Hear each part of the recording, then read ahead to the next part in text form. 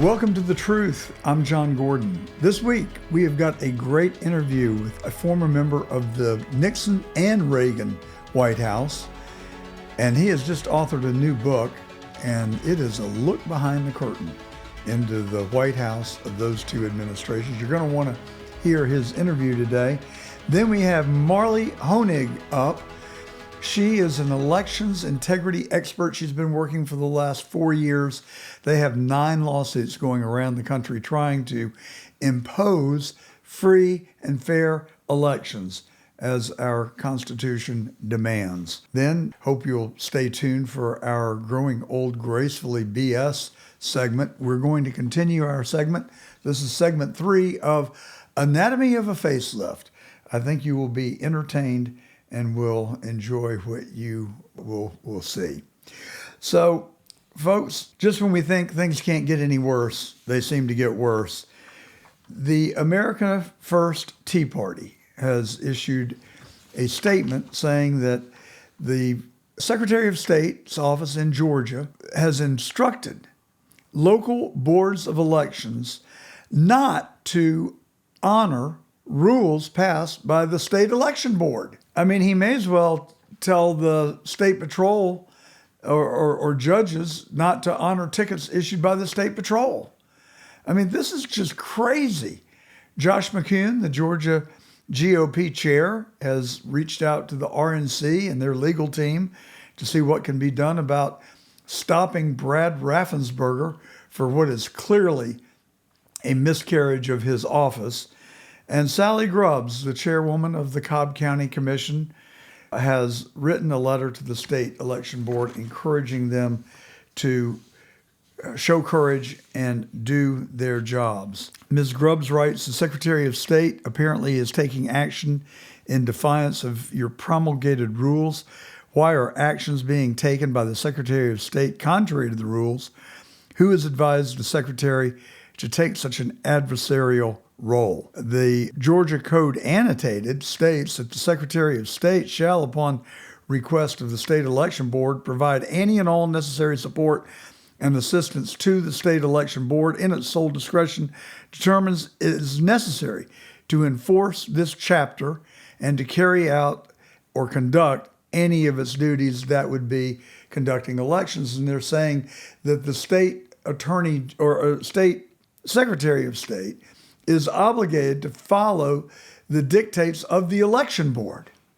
But here you have a constitutional officer who is undermining a legally constituted board that is entrusted with delivering honest, free, fair elections. So you know that I have been very critical of Brad Raffensperger. I don't trust him.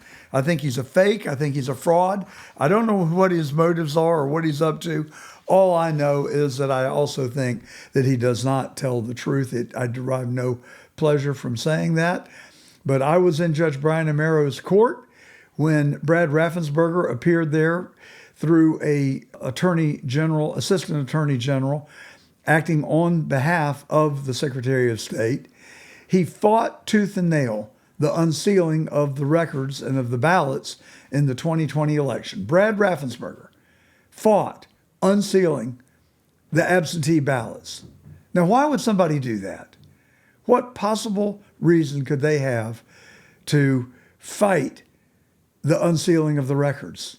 I was in the courtroom when the Assistant Attorney General argued on behalf of the Secretary of State. The judge ruled in favor of the petitioners. He ordered that the absentee ballots be unsealed. That afternoon, Brad Raffensperger issued a press release commending the judge on his courage and his commitment to openness and transparency in government. Folks, I rest my case. What more do you need to know? This guy is bad, and he would lead you to believe that he won without a runoff against Jody Heiss, David Belle Isle, and Sheriff TJ. If you believe that, I've got some land here west of town in West Palm Beach I'd like to talk to you about. But these constitutional officers in Georgia are extremely worrisome to me. And someone from the Trump organization texted me earlier this week and said, "Are we going to win Georgia?" And I said, yes, unless there's cheating. And it would seem like there is cheating coming from those in official capacities in the state of Georgia. And the state elections board, to their credit, have issued rules, regulations for local boards of elections to follow. And the Secretary of State is saying, nah, flick them off. It's going to be litigated. Don't worry about it. Don't enforce them. He cannot do that. That is a breach of his oath of office and an abuse of his authority. And I just hope against hope that the local boards of elections will push back on him and will not allow another election to be stolen in Georgia, like I firmly believe, based on facts that I have personally seen, that the 2020 election was not an honest, free, and fair election in Georgia. All right, so we continue with our focus on lies, lies, lies. You watched the vice presidential debate held last week. Tim Walz made 30 trips to China, has made 30 trips to China.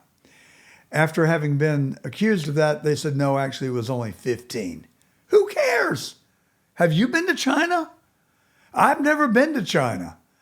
I don't believe I even know anybody from China. I think I do know one very nice lady in Georgia from China. Aside from that, I can't think of anyone that I know.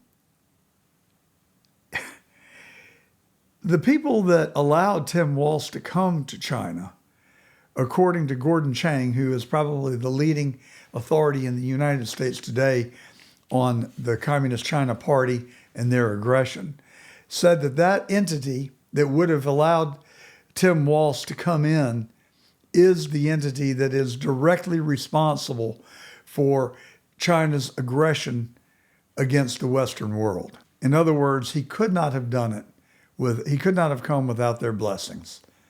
And then he wants to deny that he was there 30 times. Okay, 15. That's 15 more than I've been.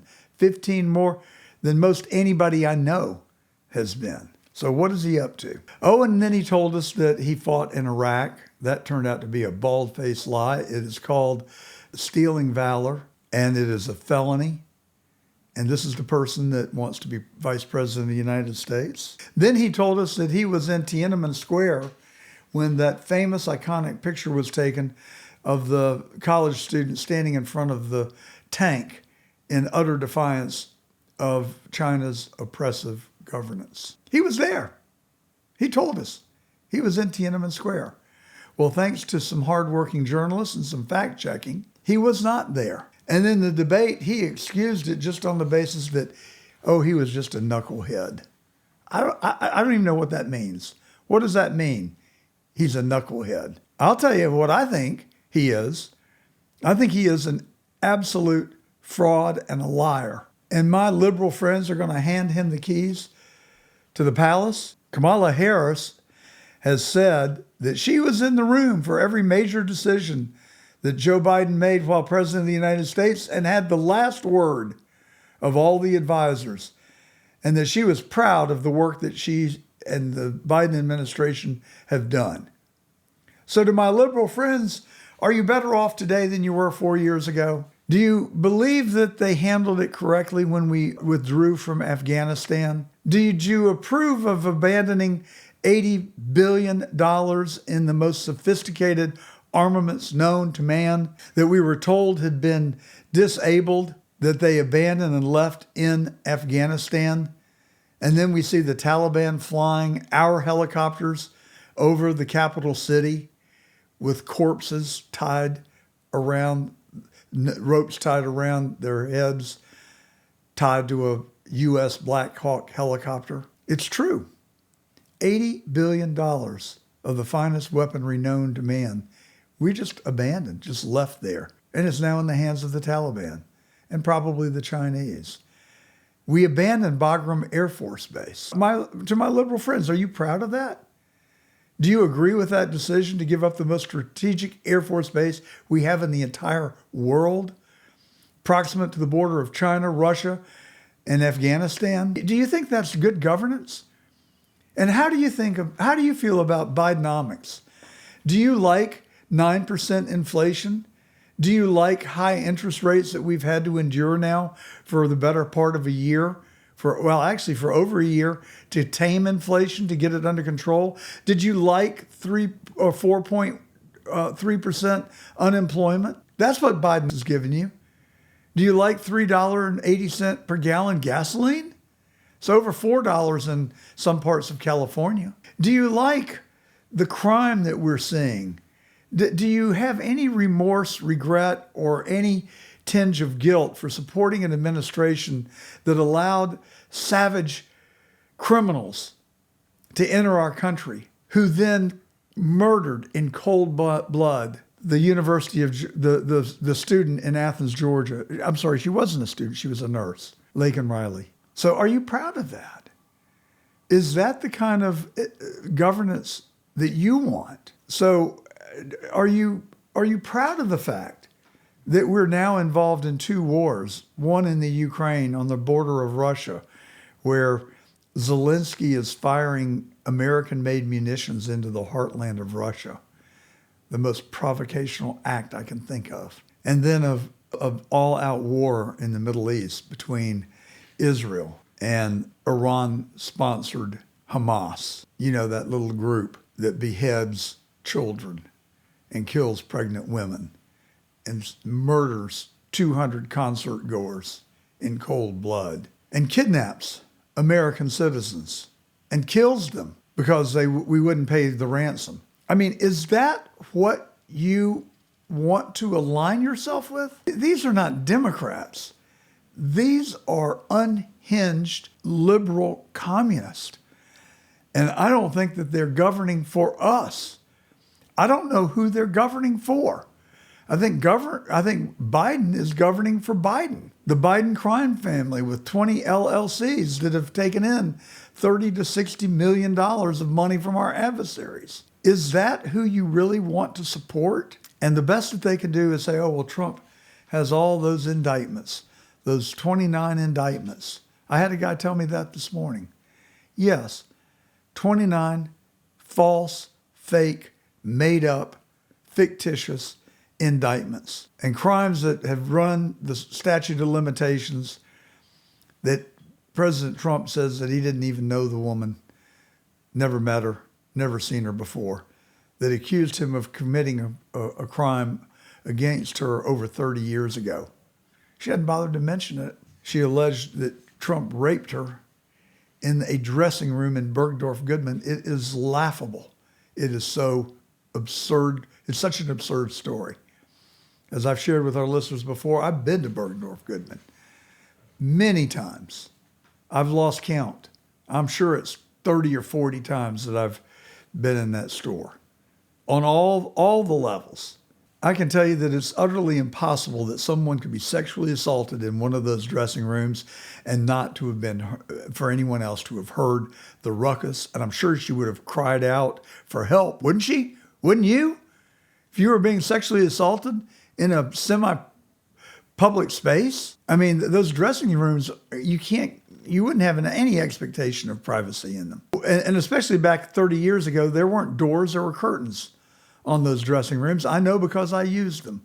I used to go there and reward myself with a suit every year when I was starting my career and trying to present a professional image. That's where I like to shop. So I was intimately familiar with that store, and to say that someone was raped there in a dressing room, it disproves the allegation on its face. It is absolutely absurd. But that's what the Democrats, that's what Biden and Harris and Walz want you to believe, that Trump has committed all of these illegal acts.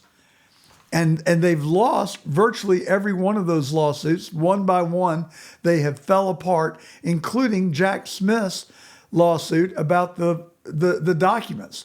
And the United States District Court ruled that Jack Smith was illegitimate because he was not properly appointed as a special counsel. Merrick Garland just said, I bequeath you special counsel. Well, he's not. He doesn't have the power to do that. There is a process in this country for confirming a special counsel. It was not followed.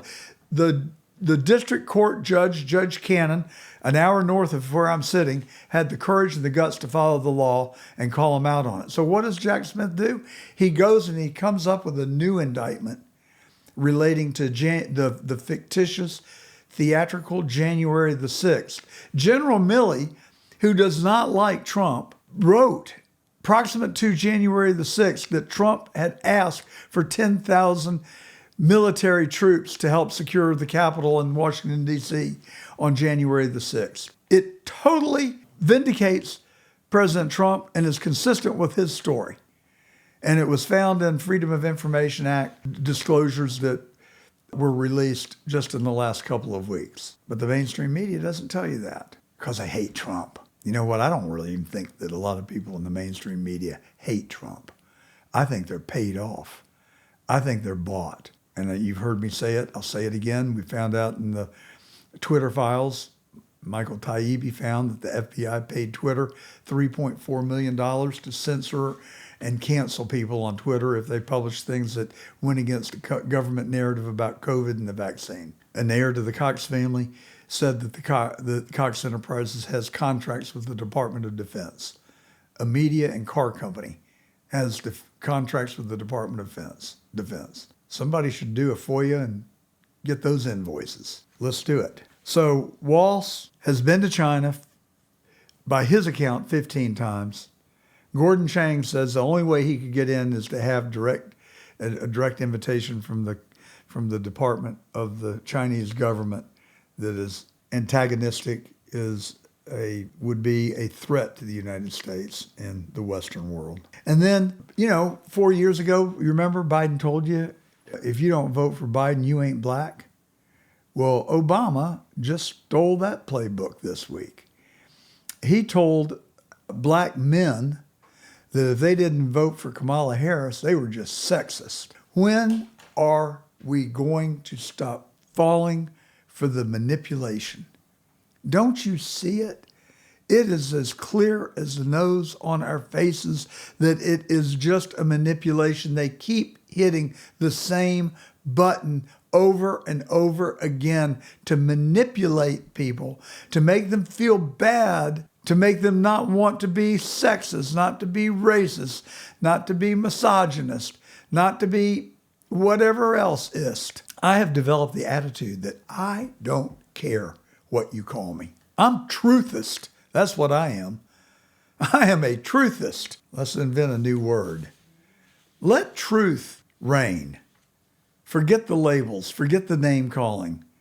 And if you're a black male or a black female, do you want to vote for someone that wants to keep you subject to the government, that wants to keep you dependent on the government? When Donald Trump was president of the United States, we had more African-American employment in the United States than ever before. We had the lowest unemployment rate in modern times. Not since the 60s have we seen full employment like we had under Trump. 3.2% is effective full employment. We had employment of blacks, Hispanics, Asians, women, the highest it has ever been.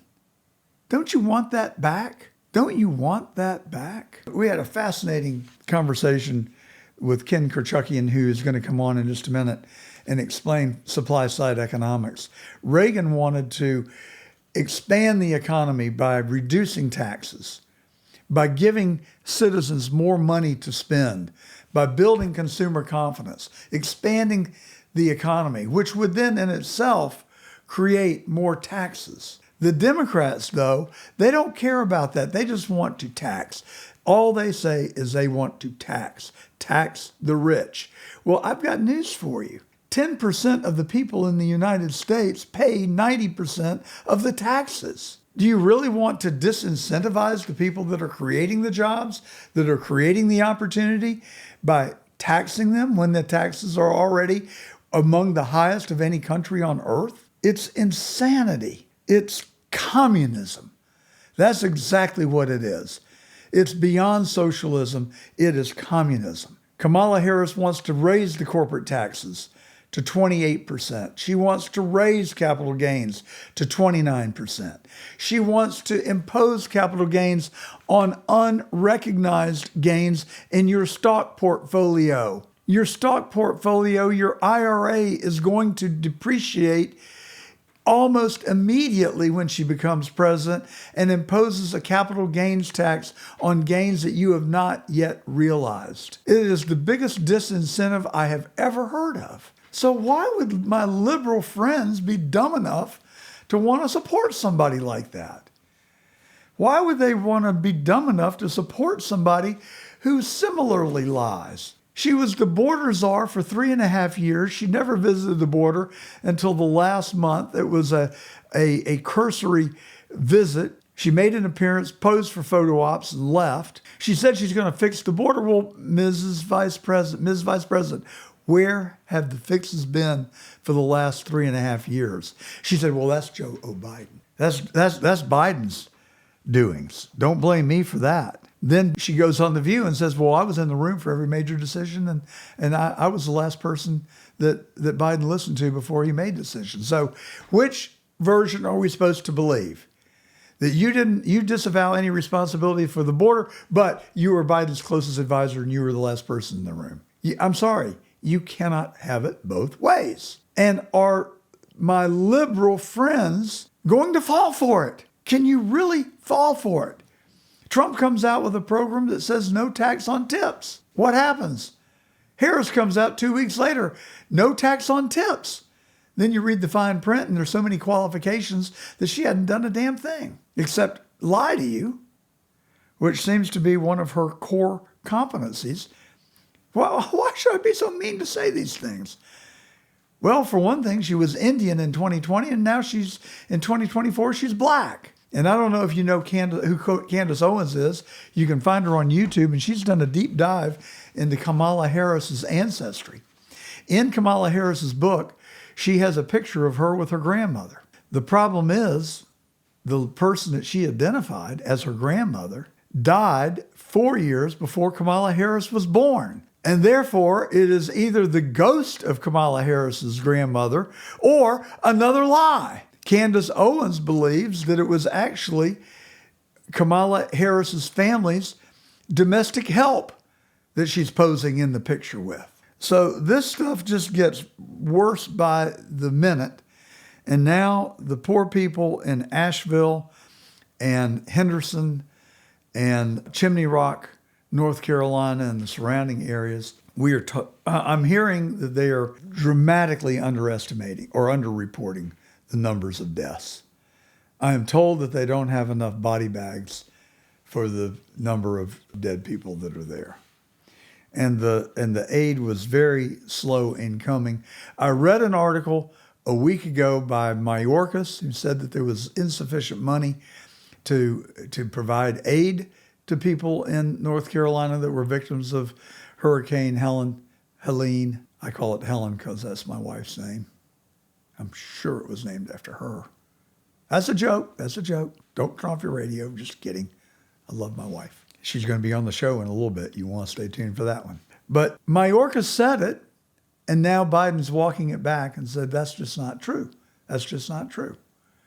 So the fact of the matter is we're lied to so much. And I have to say, I think both sides do it. Trump has said that the Biden administration was only going to give people $750 in relief. And Biden says that's not true. The emergency relief, the immediate relief is $750, and there will be more to come. So again, you don't know. I don't know who to believe on what. But I know that that Trump had the border slowed to a trickle. I know that he had a wall being built. I know we had 2% interest rates, 1.9% inflation, as we said, full employment. I know that he got us out of Iraq. I know that he got us out of Afghanistan. I know that we had peace abroad. I know that crime went down in America. Isn't that enough? Isn't that enough for you and me and everyone else to have confidence in Trump? Oh, Oh, you don't like the man. Oh, I get it. Don't let him in then. Let's have more crime. Let's have more war. Let's have more inflation. Let's have more unemployment. Let's have more lies. Let's have more bad economy because your feelings are hurt. I'm not going to defend Donald Trump and some of his personality traits. I get it. But I'm willing to take the bad with the good. You do not have to like him to be able to vote for him and achieve the results that we need so desperately. This country is in a world of hurt. I truly don't believe that the Ukraine war would have happened if Trump had been president. I'm certain that we would not have had 9% inflation and 4.3% unemployment and all the other things that we've talked about today. This is The Truth. I'm John Gordon. Thank you for tuning in this Saturday as you do every Saturday. We certainly appreciate your coming here. You can also hear us live streamed on YouTube, Rumble, and Getter. We sure would appreciate it if you just go to one of those channels, if not all of them, and subscribe.